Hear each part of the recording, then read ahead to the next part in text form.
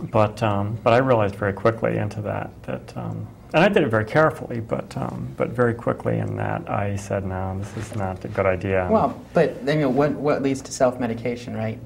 You've got fear of admitting it to anyone, and you've got not knowing where to go to find out what proper treatment would be. What if they refuse to treat you? What if they refuse to treat you? You know, all these things that are in large part due to isolation and ignorance. Yeah. And if you can get rid of the isolation and the ignorance, maybe we can help prevent people from going down a dangerous path. Getting rid of the isolation and ignorance can involve a lot of very expensive psychoanalysis, which a large portion of our population can't afford. True. But I think in a lot of ways, just things like our outreach efforts, making people aware that, hey, if I'm having these feelings, instead of going online and just trying to figure out myself what I need to do, maybe I can talk to people like these folks for free. Right, and maybe they can put us in touch with the right resources. Put us in touch with the right resources, so at least you're doing it safely. Exactly. That's what we want to do.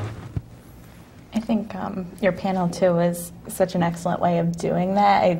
There was a part in the panel where I think a student asked, what would you like to be called? And I think it was you who said, how about human? And, and you know, people started clapping, but I think a big part of removing that isolation is understanding that, okay, maybe this isn't something that you grew up with, knowing, maybe, but you know, here's what it looks like, and it's human, and there's nothing, it's not scary in terms of you know what could this be, and removing a lot of the mystery, I think is. I know my own experience coming out at work. I received a lot of comments, feedback from people when I went to work for the first time, and I know they were all well-intentioned comments, but many of them had, you know, oh, you actually do look pretty good as a girl.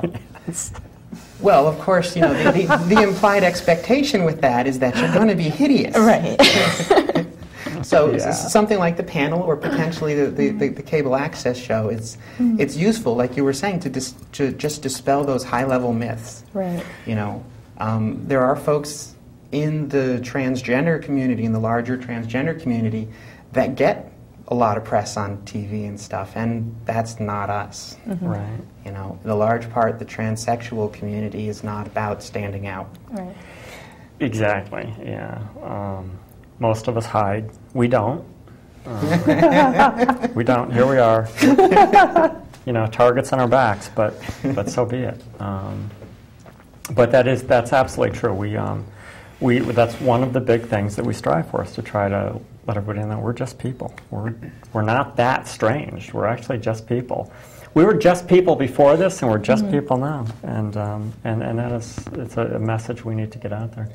I was actually curious if have you done other panels in your class, or was this something sort of unique? This was unique. We did have a guest speaker to talk about actually contraception and abortion, and she's coming back to talk about reproductive rights. But this was the first panel, the sort of interactive forum. Very cool. Yeah. Well, thank you for making us. We actually have a caller. We have a caller. Good evening, nlcTrans. You're on the air. Hi, I'm calling with the question of when you knew that you needed to make a change. Oh, wow. That's a loaded question.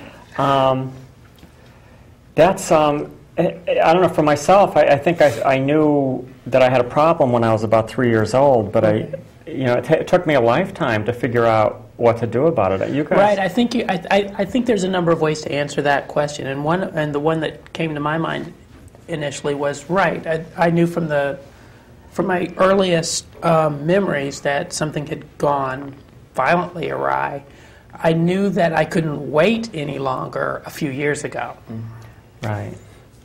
Yeah, I would I'd say I probably followed along Callie's lines.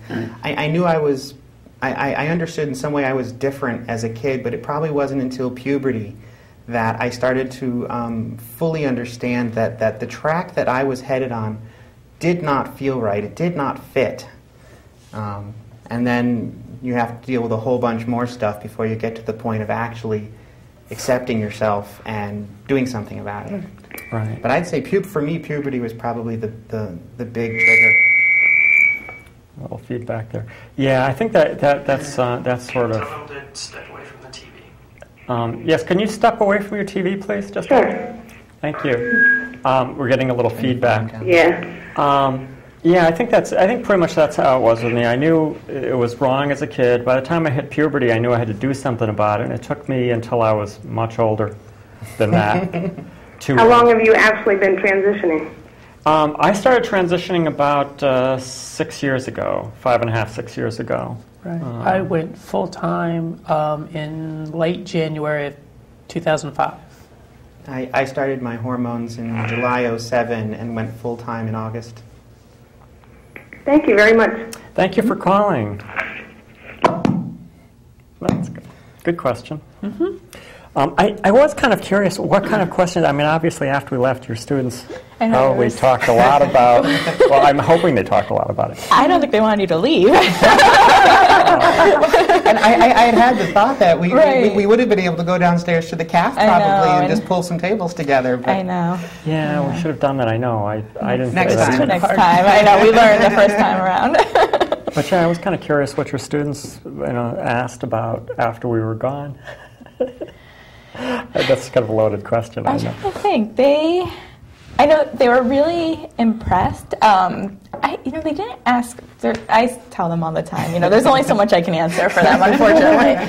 So I mean, they didn't really ask me very many questions. I think they were definitely interested. Some of them had actually missed the panel because it wasn't the same time as our class. Oh, sure. So they weren't able to come, and they were really disappointed. So they were wondering, will I ever be able to experience this again? And I think overall, though, it was more comments and really just a sense of being impressed by the experience. They were so taken with sort of your honesty and how candid you were. And I think, like I said, for many of them that was really a unique experience and sort of a uniquely college experience. Right. My class is mixed. I do have a couple seniors. It's a small class. There's only about 15 students. But I do have, I think, the majority are sophomores. So they're still pretty young in terms of the age in the class. So I think it was really kind of an enlightening moment for many of them. Yeah. I remember my college years. There were a few moments where you do sort of get struck by how open and honest people can be in college, and it's like that's the time to not hide behind small words or big words rather. Yeah. Plus, I mean, I think for me, I went to the panel intending to be as honest as they'd let me. Because there's something very genuine, I think, when someone offers up that kind of personal information. It's not probably something I would necessarily all talk about running into them on the street. Right. But exactly. It was very nice. It was a good forum. Right. It was a really good experience for us too. Yeah. Yeah. I was confident in the students that I have in the sexuality class in terms of maturity, because I did actually invite some of my freshman classes to come too. So this was really sort of a first experience for them. But I thought overall the questions were really well intentioned and coming from a place of genuine kind of intellectual curiosity and curiosity. Even if it's ignorant curiosity in a few cases, it was just it was genuine. They were sincere questions. Right. Yeah. I didn't get the idea that anything was mean. Right. Yeah. Nothing seemed to be intended to hurt. Right. Yeah. But the upside too of that kind of panel situation is it takes a lot of balls to be rude in front of a room full of people. Well, true. That is true. Good point. One of my students led off the questioning, and I can't remember what the question was, but I know that she used the first question. I think she talked about anatomy, and I remember she looked around at the audience and said,